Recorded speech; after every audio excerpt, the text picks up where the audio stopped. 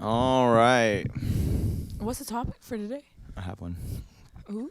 Testosterone. Testosterone. Is that what you said? What's actually wrong with you? Too much? I think I have a lot of it. That tracks. Welcome to Scum Team. Today we're going to My talk. glasses just hit the mic. Okay, and anyway, today we're going to talk about God's way or God's will. I'll do it your way. It's not God's will that you sing on this episode. Because it's fresh in my mind from last night. We had amazing service, and God spoke to me and through the preacher, and I'm gonna be honest, it wasn't something I wanted to hear. So I'm glad you finally got something like that. yeah, let's talk about that.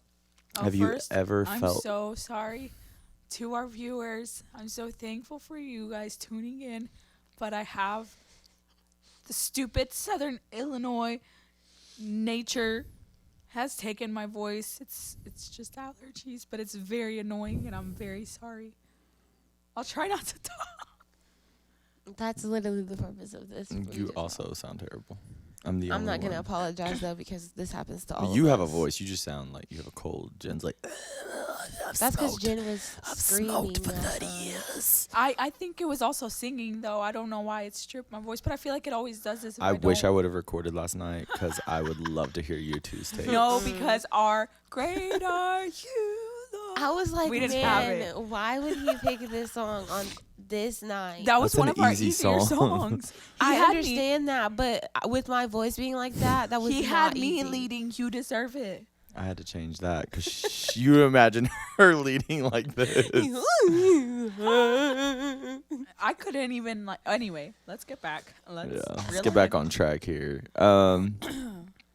Anyway, so we had a very powerful service that was just basically everyone going deeper in prayer. There wasn't really preaching. He talked for maybe 10 minutes total. And then he had the vocals come back up, and he was like, let's go deeper. And we worshiped for a while and sang, and then I think he felt like He wanted everybody in on not that we were relying on the music, but he was just like, we can go deeper as a body and we don't need the music. So he invited all of the singers to come down, the musicians to come down, and to go deeper just as a church body. And so we did. And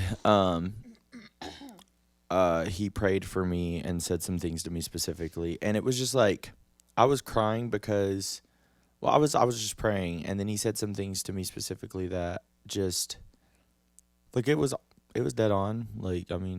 He clearly prays, but it just still wasn't something I wanted to hear. So I wanted to talk about that. Not that I learned a long time ago that God's way is better. I can try to do things on my own. I can try to make something out of my own imagination. I can try to create a position for me. I can do all these things. I'm a talented individual. I could find things for me to do. But when you trust God's way, it's always bigger and it's always better than anything I could have ever imagined. But the reality of it is sometimes we like the boat we're in and we like where we're at. But God yet still calls us beyond that. So have you guys ever dealt with, I know one of you have, dealt with feeling God calling you to something beyond where you're at, but you being like, I am 100% fine with staying right where I am. Thank you very much. But also you have that mindset of I do want what God wants for me. I lived there for a whole year. You did. It was nice. It's not though. I think about Peter in the boat. The boat provided safety. The boat was his comfort zone. The boat was everything he ever knew. He was a fisherman, so that was his natural environment. And yet, when he called him out on the water, he was like, call me and I'll come. And I feel like that's where I'm at now, is the position I'm in is one I'm very comfortable in, and it's everything I know. It's my nature, but I feel like God's calling me into new things, and it's like I cried hard last night because I almost felt like I was like grieving. Goodbye, goodbye, goodbye. Yeah, like a position that I've been in for a long time, and a area I've been in that maybe He wants to call me not out of it, but just into something new, a new season. And I don't want to be so stuck in the season that God had me that when things change, I can't change. Because I've seen that happen so many times. I've seen that throughout my ministry, the music ministry. I've seen people not willing to accept the changes that life are bringing. And it's ultimately like if you try to hold on to something that God's pulling away from you, it's not good. It's not pretty. So while 100% I want to be like, yes, I'm in God's will, whatever you want, because I think it's so funny because that night in the prayer room I prayed like, God, I want your will for me. I want your will for my ministry, wherever you're calling me, this, that. And then he's like, a specific word from the man of God in my ear, and I'm like, I didn't want that. And that's kind of where I was last night. So tears of almost like grieving it and like, I don't like this, but I still want God's will. I think that 1 year is it picking me up? You're barely talking, girl. I think that 1 year that it was my season, and like I know that I'm your wife, and I always know that like God will, I mean, not that God doesn't have a plan for females, but like if you're married, whatever, it's probably your husband, like you got to be submitted to your husband. And I know that when just like 2020, 2021, when everything started to change for us, I took that really hard because there were some hard no's that I told God, like being single, that I was just like, that's where I draw the line. I don't want that for my life. I don't like that. And like we've talked about it before, but that's kind of why I like picked you, because I was like, oh, for sure he'll never do that. And then you decided to burst my bubble. I don't think that was me. I think that was straight up God. Right. Because let me say this: I would never call myself to preach. It's not in my nature. It's not in your name. Yeah. So like when you told me that was gonna happen, or that you felt like that was happening, and then I told you, I was like, if we don't talk to Pastor, there's nothing to talk about. And then Pastor was like, about time, much like everything else in our life. Yeah, I took that kind of hard because that's like one of the hard no's that I told God. And like I ran for like a whole year till that message of Brother Copeland, just like talking about Samuel and how his mom would come every year and give him a new coat. And he made a statement like so clearly. He's like, you want to know why she did that? And I was expecting like something so glamorous and something so, and he literally just said he outgrew it. And it's like God was like telling me right then and there, like, hey, do you guys know what a chorizo is?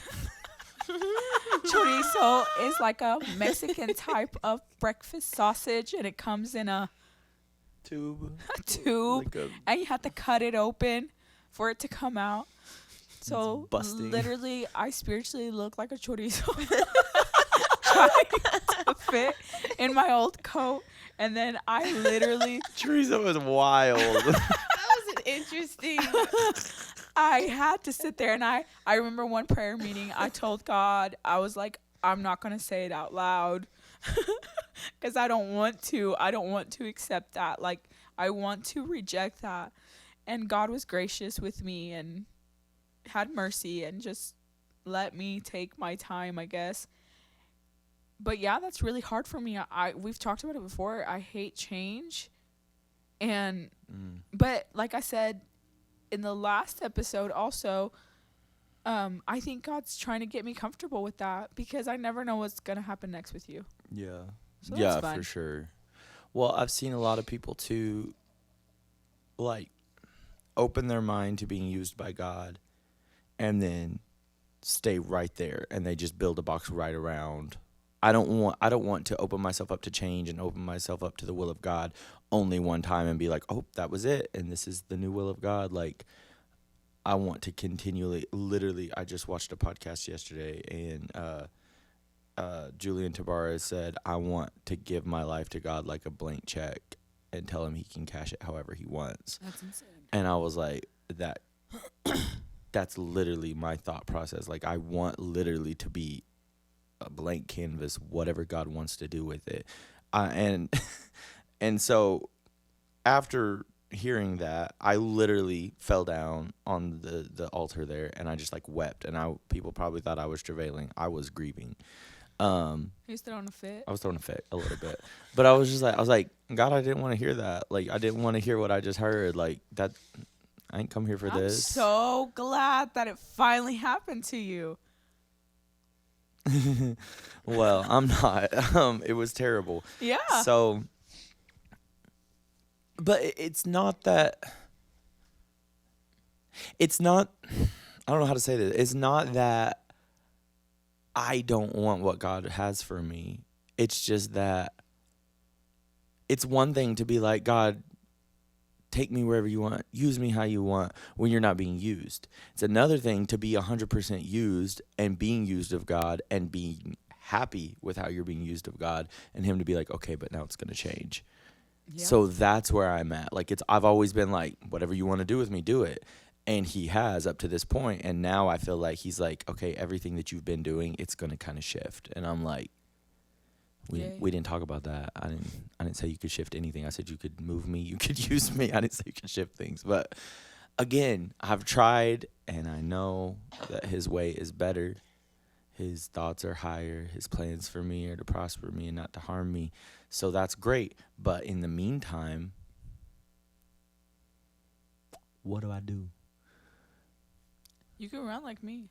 I don't want to run.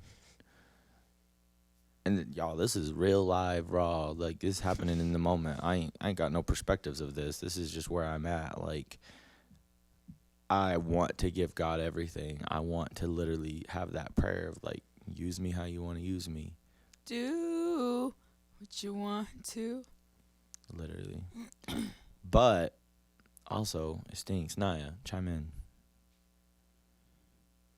What's I that? just don't like being uncomfortable. I hate that junk, man. I feel like the older I get, the more I'm starting to hate change, and that's a part of age. That's because everything, like, I feel like in your early 20s, everything starts to shift a little bit. And so that's kind of where I'm at. I think for the three of us, not that we've ever really touched on this subject, but like we all come from very, very like traumatic backgrounds. Almost, you know, like life-changing moments that Trauma team. No, we're not. Been a good We're thing. literally not gonna embrace that. We'll embrace Scum Team before we do that.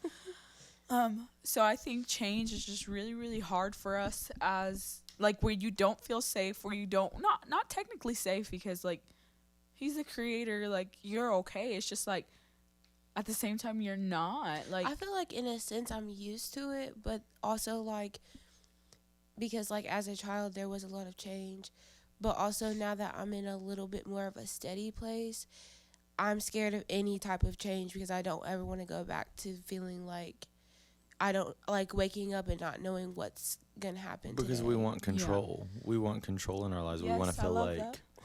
hey, I've got a hand on this. And giving your life to God is like 100% releasing control. Yeah. He can't use you if you're trying to be in control. He can't direct your steps if you're trying to control your steps. And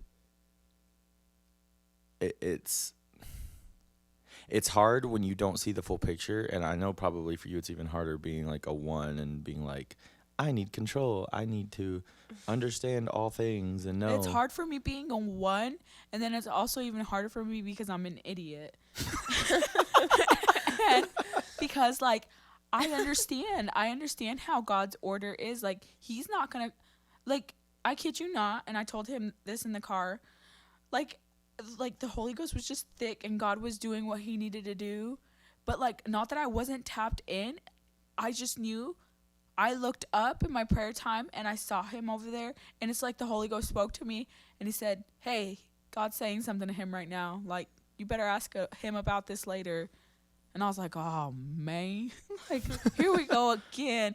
And I just watched him and I was like, "God, like whatever you're telling him, like just make sure like there's clarity, because you know that I'm slow. It's hard for me to like when you, that was the first time I think that God's ever like prepared me mentally in my heart, because like I knew that God was telling you something or revealing something to you. It's never happened to me like that before. So it's in the past it's always been a lot harder because it just comes out of nowhere. And I'm such an idiot that I'm like, but did they really? And is that really how it's gonna? And what did they mean? I just automatically want to have all the answers and full control. But like last night, that was kind of helpful. So thank you, HG, for having my back.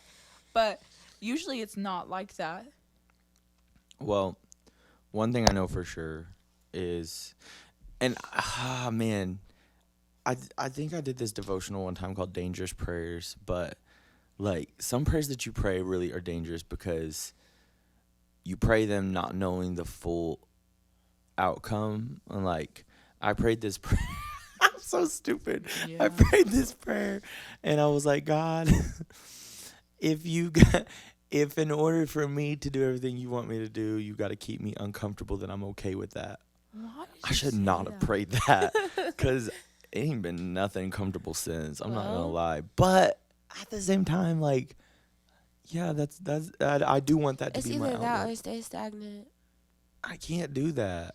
No, and like listen, even though like we're coming out of a really tough season, Coming out of it, I feel like we're going into it even tougher.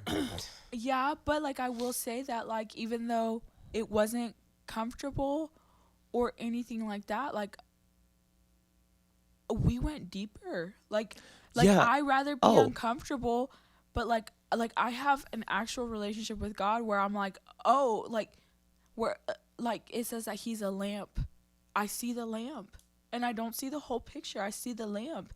And every day it's a new step of hey, this is changing and this is going there and that's going there. And like he's been so faithful. Like I just, it's kind of overwhelming, and God is so good and whatever, because I am a type 1, I am a control freak, I am all these things, but like now even more so, like I feel like, all right, like he's got it. Like Well, last night, part of it is like after he says all this to me, these things that I don't want to hear, he says, and from this moment on, you are now walking in a new dimension. And I'm just like, yay. great.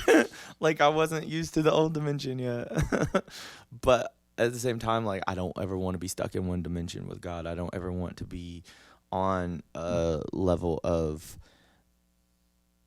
here and God has so much more for me, but because of my own self-centeredness, I guess I've seen a lot of people in ministry and they're honestly, like, not to bash them, but they're self-centered and they can't get their focus off of I'm doing everything because God called me to this part, or like he did. And sometimes we have to tackle the work part of it, the like a lot of ministry, if you work in ministry, a lot of ministry is analyzing and problem solving and finding solutions to problems. It's not all like spiritual warfare. Like you actually do need to understand how to deal with people. You actually do need to understand how to resolve conflict, how to implement programs, all these things. So you need to tackle that and do the best you can, because if you truly want to go deeper in ministry, it's not a one-dimensional plane. Like you're not just dealing with people, you're not just problem solving, you are also fighting spiritual battles. But how are you going to fight spiritual battles if you've never even tackled the actual physical part of the job that you're doing every day, and you're not even good at that? You're not developing yourself spiritually, you're not going deeper. So I've seen a lot of people there, and like she said, stagnant, like because you're not going to go deeper with God if you've not opened yourself up to the idea that God might want to take you deeper, first of all. And second, if you're just so focused on staggering through the mundane process of my job is scheduling and admin work. Like I do that every week in, week out, and I have found routines and programs and things that help me get that job done so that I can get it done quickly and move on to my ministry part. If I don't do that as a leader, as a worker in my department, then I'm going to be so focused on all the physical work that I have to do. Like, you can attest to this. It used to be a lot of, I got to get this done, I got to get that done. And over the years, I have found programs and things that have helped me get that work down to a small little bit of work that I need to do so that I can focus on the spiritual. Like, how am I going to be tapped into what the Spirit wants in a service if I'm so focused on getting set lists ready and scheduling people? Like, I have templates and I can schedule quickly and I can do things like that. I don't want to stay here. But at the same time, I want to stay here. Like, this is a new season, I guess. Yeah. I begged for a new season all last year and it's here and I don't want it. Literally. I can't make him happy. For real. Poor God. I'm just, It's a new coat. Hey. it's itchy. All I can say. It's from Shein.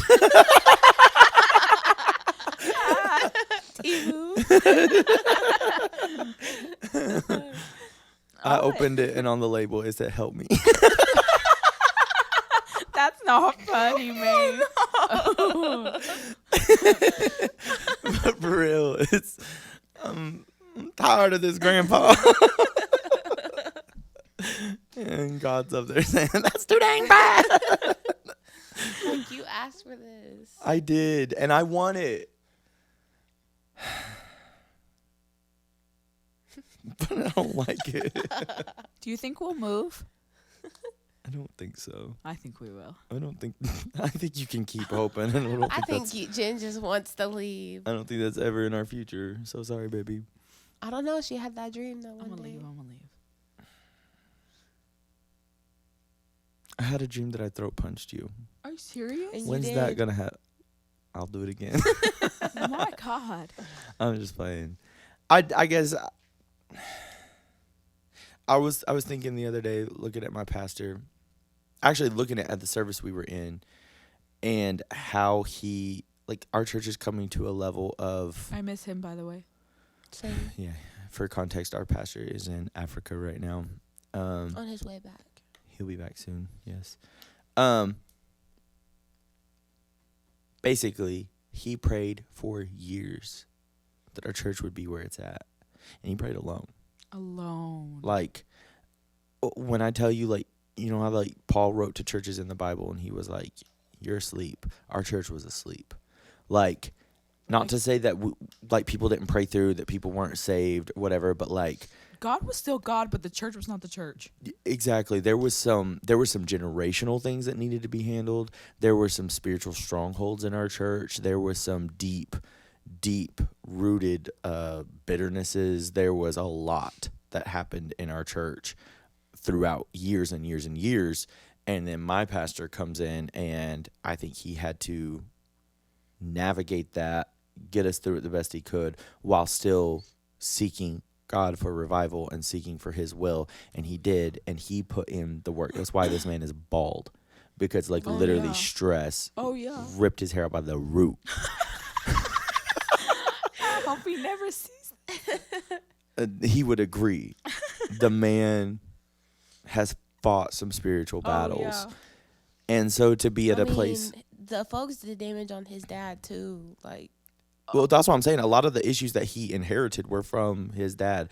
Our bishop has gone on to be with the Lord now, but he had a lot of medical issues because, like, pastoring is no joke. No joke. Like, the weight, yeah, that's the why I burden, could never do that junk.